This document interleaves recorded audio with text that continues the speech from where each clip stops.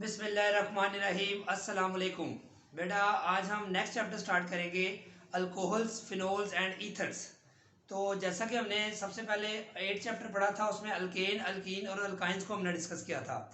फिर हमने जो 9 चैप्टर में एरोमेटिक कंपाउंड डिस्कस किए थे और 10 चैप्टर में हमने अल्काइल हैलाइड डिस्कस किया था। तो 11 चैप्टर जो हमारा है वो अल्कोहल्स और फिनोल्स और ईथर्स से रिलेटेड है। तो ये मोस्ट इंपॉर्टेंट ऑर्गेनिक कंपाउंड्स हैं, अल्कोहल्स भी, फिनोल्स भी और ईथर्स भी। तो ये स्ट्रक्चर के एतबार से वाटर से रिलेट करते हैं, इसलिए इनको वाटर के डेरिवेटिव्स भी कहा जाता है। जैसे कि आप देख सकते हैं वाटर का स्ट्रक्चर है H2O, O के साथ 2 हाइड्रोजन होते हैं, एंगुलर स्ट्रक्चर होता है इसका। और इसके साथ इस हाइड्रोजन को अगर हम R ग्रुप से रिप्लेस कर दें तो R ग्रुप यहाँ पे क्या है, अल्काइल ग्रुप, यानी मिथाइल, इथाइल, एन प्रोपाइल कुछ भी हो सकता है। तो इस कंपाउंड को हम बोलेंगे ROH। तो ROH जैसे यहाँ पे लिखा भी हुआ है, इसको हम अल्कोहल्स कहते हैं। इसी तरह जब अगर इस R की जगह यहाँ पे फिनाइल आ जाएगा C6H5, तो यहाँ पे C6H5 अगर लगा दें आप, C6H5, तो ये बन जाएगा फिनोल। क्या बन जाएगा? फिनोल। इसी तरह अगर आप इस हाइड्रोजन को भी R ग्रुप से रिप्लेस कर दें, जैसा कि पहले R से रिप्लेस किया हुआ था, दोनों अगर R लग जाएं तो दोनों तरफ ऑक्सीजन के जब R ग्रुप हो, अल्काइल ग्रुप हो, कार्बन हो, तो इसको हम कहते हैं ईथर्स। तो इसमें हमने, क्योंकि ये वाटर के साथ स्ट्रक्चर में रिलेट करते हैं, इसलिए इसको वाटर के डेरिवेटिव्स भी कहा जाता है। अब हम स्टार्ट करेंगे अल्कोहल से। अल्कोहल्स को जनरली कैसे रिप्रेजेंट करते हैं? ROH। ठीक हो गया, ये आपको पहले से पता है। अब अल्काइल ग्रुप क्या होता है आपको पता है? CnH2n+1। अब पता है अल्केन्स का जनरल फॉर्मूला क्या होता है? CnH2n+2। अगर आपको अल्केन्स का फॉर्मूला याद हो तो CnH2n+2 होता है अल्केन्स का जनरल फॉर्मूला। इस अल्केन में से जब +1 लिखते हैं तो इसका मतलब आप एक हाइड्रोजन को आपने रिमूव कर दिया है। जब एक हाइड्रोजन को आप रिमूव करते हैं, जैसे मीथेन से हाइड्रोजन को रिमूव करें तो क्या कहते हैं? मिथाइल। तो ये अल्काइल ग्रुप का जनरल फॉर्मूला क्या बनता है? CnH2n+2 की बजाय +1 लिखेंगे। उस 1 जो 1 +1 है, एक हाइड्रोजन रिमूव करके क्या लगा दिया? OH। तो इसका जो कॉमन नेम्स अल्कोहल्स के होते हैं उसको कैसे प्रोनाउंस करते हैं? Alkyl alcohol, alkyl alcohol. अब अल्काइल की जगह मिथाइल है तो क्या हो जाएगा? देखिए, मिथाइल अल्कोहल। अब ये प्रैक्टिस हमने अल्काइल हैलाइड में सारे कॉमन नेम्स की हुई है, आपको याद होगा।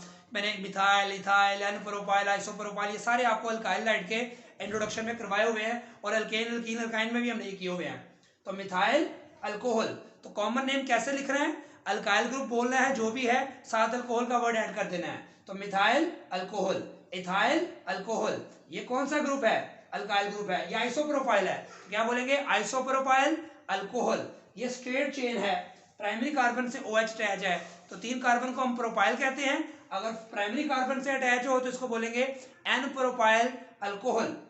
इसी तरह आपके सामने ये आइसोब्यूटेन है। आइसोब्यूटेन क्या होता है? टोटल 4 कार्बन होती हैं, एक मिथाइल सेकंड कार्बन पे ब्रांच लगी होती है। ये CH3 है, ये भी ये CH है। मैंने H को रेड कलर से शो किया है, जो कि एक टर्शरी कार्बन है, उसके साथ जो हाइड्रोजन है उसको रेड से शो किया है, और जो प्राइमरी कार्बन है उसके साथ हाइड्रोजन को ग्रीन से शो किया है। क्यों? इसलिए कि अगर ये प्राइमरी कार्बन से हाइड्रोजन निकलेगा यहां से, तो ये बनेगा आइसोब्यूटाइल। तो यहां पे अगर OH लगाएंगे तो ये वाला जो आइसोमर बनेगा, ये बनेगा आइसोब्यूटाइल अल्कोहल। जबकि ये टर्शरी कार्बन से हाइड्रोजन निकालेंगे आइसोब्यूटेन की, तो ये बन जाएगा टर्शी ब्यूटाइल अल्कोहल।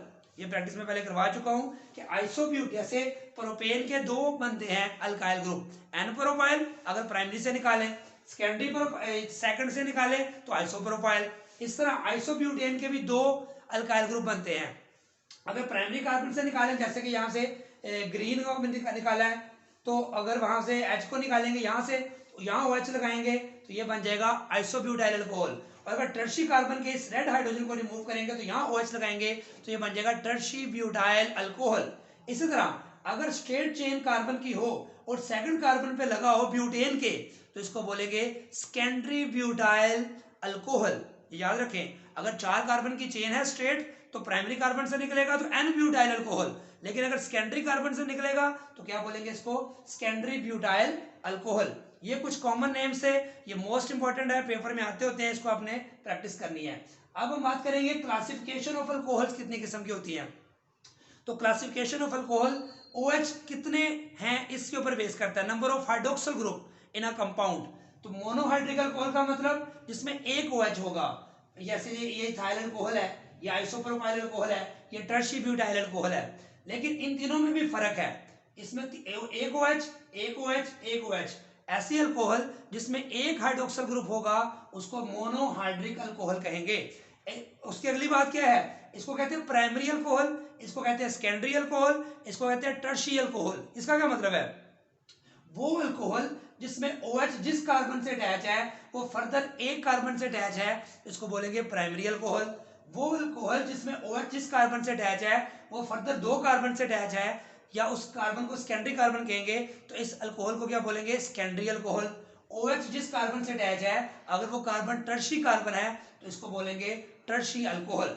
इसी तरह डाईहाइड्रिक अल्कोहल क्या होती हैं, जिसमें OH दो आ जाएं, दो हाइड्रोक्सिल ग्रुप आ जाएं तो उसको बोलेंगे डाईहाइड्रिक अल्कोहल। तो यहाँ देखें CH2 के साथ दो OH लग गए हैं, यहाँ पे भी दो OH हैं तो इसको बोलेंगे डाईहाइड्रिक अल्कोहल। इसका कॉमन नेम याद रखना है। आपको याद है इथीन को हम क्या कहते थे, इथाइलिन।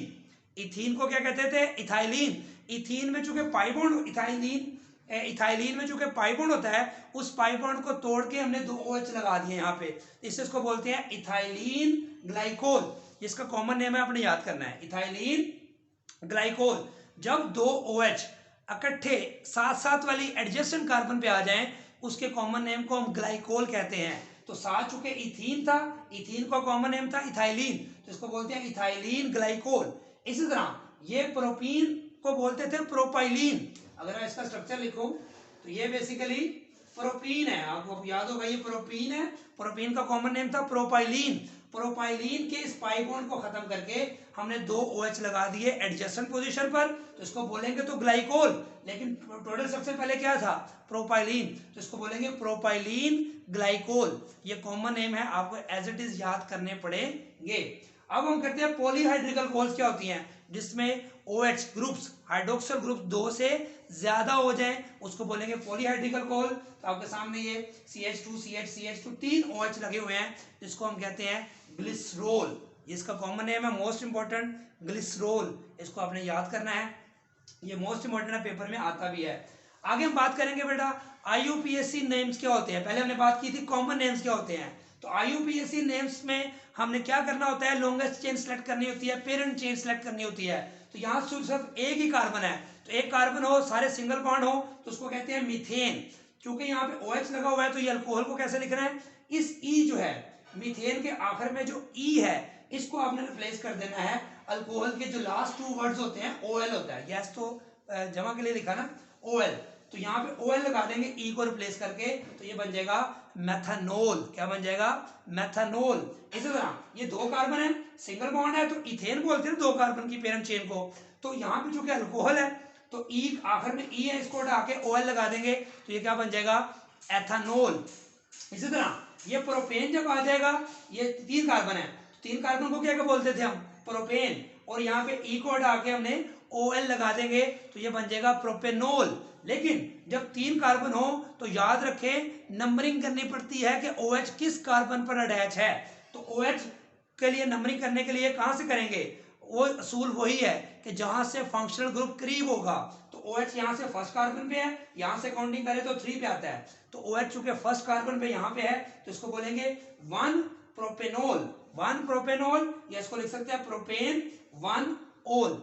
E को यहाँ पे खत्म करके OL लगाते हैं, लेकिन उससे पहले पोजीशन पहले भी लिख सकते हैं, जैसे 2 ब्यूटीन भी लिख सकते हैं, ब्यूट 2 इन भी लिख सकते हैं। इसी तरह 1 प्रोपेनोल भी लिख सकते हैं, प्रोपेन 1 ओल भी लिख सकते हैं। तो ये आपने मोस्ट इंपॉर्टेंट नाम है, याद रखने हैं, इसकी मजीद प्रैक्टिस करते हैं। ये देखें बेटा कि यहाँ पे जो हमारे पास 4 कार्बन की पेरेंट चेन है और OH सेकंड कार्बन पे लिखा हुआ है। 4 कार्बन को हम क्या कहते हैं, ब्यूटेन। ब्यूटेन के एंड पे E को हटा के हम क्या लगाएंगे, OL, कि मैं प्रैक्टिस करवा चुका हूँ, तो ये बन जाएगा ब्यूटेनॉल। और 2 पोजीशन पे OH है, इधर से करें तो नंबरिंग 3 पे बनती है, यहाँ 2 पे है तो क्या हो जाएगा 2 ब्यूटानॉल। इसी तरह अगर ये तो आपको पता चल गया 1 ब्यूटानॉल 2 ब्यूटानॉल हो सकता है, 1 पेंटानॉल 2 पेंटानॉल हो सकता है, या खुद प्रैक्टिस आप कर सकते हैं। तो अब हमारे पास आ गया कि फंक्शनल ग्रुप अगर डबल बॉन्ड भी साथ आ जाए तो फिर हम क्या करेंगे। तो देखिए यहाँ OH भी है, डबल बॉन्ड भी है, तो पहले आप देखिए कार्बन कितने हैं, 1 2 3 4 कार्बन है, तो डबल बॉन्ड भी है तो इसका नाम बन जाएगा ब्यूटीन। अगर ये OH ना होता तो क्या नाम होता, ब्यूटीन होता। अब डबल बॉन्ड किस पोजीशन पे है, तो नंबरिंग हम डबल बॉन्ड के जहाँ से करीब होता था वहाँ से करते थे, लेकिन जब OH भी हो और डबल बॉन्ड भी हो तो फंक्शनल ग्रुप को हम OH को प्रेफर करेंगे नंबरिंग के लिए। तो numbering will start from this carbon 1 2 3 4। तो पेरेंट चेन का जो नाम आएगा 2 ब्यूटीन, ये डबल बॉन्ड के साथ आ गया, और E को हटाकर जैसे पहले हमने किया था, E को हटाकर हम क्या लगा देंगे, OL लगा देंगे, और साथ OL की पोजीशन भी लिखेंगे। OL मतलब अल्कोहल, तो अल्कोहल किस पोजीशन पे है, 1 पे, तो लिखेंगे 1 ओल। क्या लिखेंगे, 1 ओल, क्योंकि यहाँ पोजीशन 2 पहले लिख चुके हैं। यहाँ 2 पोजीशन, ये 2 पोजीशन किसकी है, डबल बॉन्ड की है, और ये 1 पोजीशन किसकी है, OH की। तो इसलिए याद रखें, जब डबल बॉन्ड और OH इकट्ठे आ जाएंगे तो नंबरिंग के लिए हम OH को प्रेफर करेंगे, और जब पेरेंट चेन लिखेंगे तो डबल बॉन्ड की पोजीशन शुरू में आएगी और OL की पोजीशन एंड पे आएगी। जैसे डबल और ट्रिपल बॉन्ड इकट्ठे आते थे तो हम लिखते थे 2 ब्यूटीन 3 आइन, तो आइन लिखा था हमने ट्रिपल बॉन्ड का सुफिक्स और उसकी पोजीशन बाद में। तो यहाँ भी पेरेंट चेन आपके साथ आएगी, पेरेंट चेन आएगी डबल बॉन्ड की पोजीशन के साथ, और जो फंक्शनल ग्रुप है उसका आगे सुफिक्स आएगा OL और साथ उसका क्या आएगा, पोजीशन। अब इसको देखें, अब यहाँ बाजार आपको लगता है कि नंबरिंग हम यहाँ से करेंगे, लेकिन हमने नंबरिंग को प्रेफर किसको करना है, OH को। तो 1 2 3, तो ये 3 कार्बन है तो प्रोपाइन बनता है। प्रोपाइन में डबल बॉन्ड किस, ट्रिपल बॉन्ड किस पोजीशन पे है, यहाँ से नंबरिंग करें तो 2 पे है, तो ये बनेगा 2 प्रोपाइन। अब चूंकि OH भी है, E को हटा के हम क्या लगाएंगे, OL, लेकिन OL के साथ पोजीशन भी लिखनी है, तो 1 ओल। तो ये 1 ओल पहले शुरू में लिखते थे जब डबल बॉन्ड नहीं था, लेकिन चूंकि डबल और ट्रिपल बॉन्ड जब आ जाए तो ये जो पोजीशन शुरू में आएगी ये ट्रिपल बॉन्ड या डबल बॉन्ड की पोजीशन होगी, और जो OH की पोजीशन वो एंड पे आप लिखेंगे OL के साथ। तो ये 1 ओल, E को हटा के 1 ओल। ये बात भी नहीं याद रख लें कि यहाँ से हम E को क्यों हटा रहे हैं, क्योंकि ओल में E और O दो वॉवल्स इकट्ठे नहीं आ सकते, इसलिए यहाँ से हम E को हटा के OL लिखते हैं। ये बात आपने याद रखनी है। जहाँ पे आगे ओल नहीं आ रहा या डाई ओल आ जाएगा, अभी हम देखेंगे, तो फिर हम E को हटाएंगे नहीं। देखिए अगली एग्जांपल, अब 2 OH आ गए हैं तो तरीकाकार वही है। अब OH के 2 पोजीशन लिखेंगे, पहले CH2 को क्या बोलेंगे, 2 कार्बन है तो इथेन बोलेंगे, लेकिन E को हटा के चूंकि 2 OH हैं तो डाई ओल आएगा, तो डाई ओल जब आएगा तो E को फिर हम हटाएंगे नहीं। ये बात बड़ी इंपॉर्टेंट याद रखनी है। E को हम हर केस में हटा रहे थे, आपको याद है, यहाँ E आता है लेकिन हमने नहीं लिखा, OL लगाया, क्योंकि E और O इकट्ठे नहीं आ सकते। यहाँ चूंकि D आ गया, डाई ओल का D आया, इसलिए यहाँ पे E को हम नहीं हटाएंगे। ये बात आपने बड़ी इंपॉर्टेंट याद रखनी है कि इथेन पूरा लिखेंगे और डाई ओल, और ये डाई ओल किस पोजीशन पे है, 1 2 शुरू में आ जाएगा। ठीक हो गया, कोई मुश्किल बात नहीं है। इसी तरह 1 2 3 प्रोपेन, अब E को नहीं हटाया हमने, ट्राईओल लिखा। E को क्यों नहीं हटाया, क्या लॉजिक बताइए मैंने, कि O और E के दरमियान अब ट्राई वर्ड आ गया है, इसलिए यहाँ पे E को नहीं हटाएंगे। जब यहाँ पे O और E इकट्ठे आ रहे हो तो फिर हम E को हटा देते हैं। वो कब होता है, जब हम नॉमेनक्लेचर कर रहे होते हैं मोनोहाइड्रिक अल्कोहल्स की। तो ये बात बड़ी इंपॉर्टेंट याद रखनी है। तो 1 2 3 इन तीनों की पोजीशन आ गई, 3 कार्बन है, प्रोपेन ट्राईओल, तो प्रोपेन पूरा लिखेंगे, E को नहीं हटाएंगे। इसी तरह ये 2 इंपॉर्टेंट बड़े नाम आगे आ गए हैं। ये देखें, अब जब OH फंक्शनल ग्रुप डबल और ट्रिपल बॉन्ड के लिए आया था तो हमने OH को फंक्शनल ग्रुप तस्वर किया था, नंबरिंग वहां से स्टार्ट की थी। लेकिन जब कीटोन आ जाए, एल्डिहाइड आ जाए या कार्बोक्सी ग्रुप भी आ जाए तो OH को हम एज ए ब्रांच तस्वर करेंगे, इसको हाइड्रोक्सी ब्रांच के तौर पे नाम लिखेंगे। तो देखिए जैसे ये 3 कार्बन कार्बोक्सिलिक एसिड है तो 1 2 3, तो ये प्रोपानोइक एसिड बनता है, ये आपको पता ही है, प्रोपानोइक एसिड।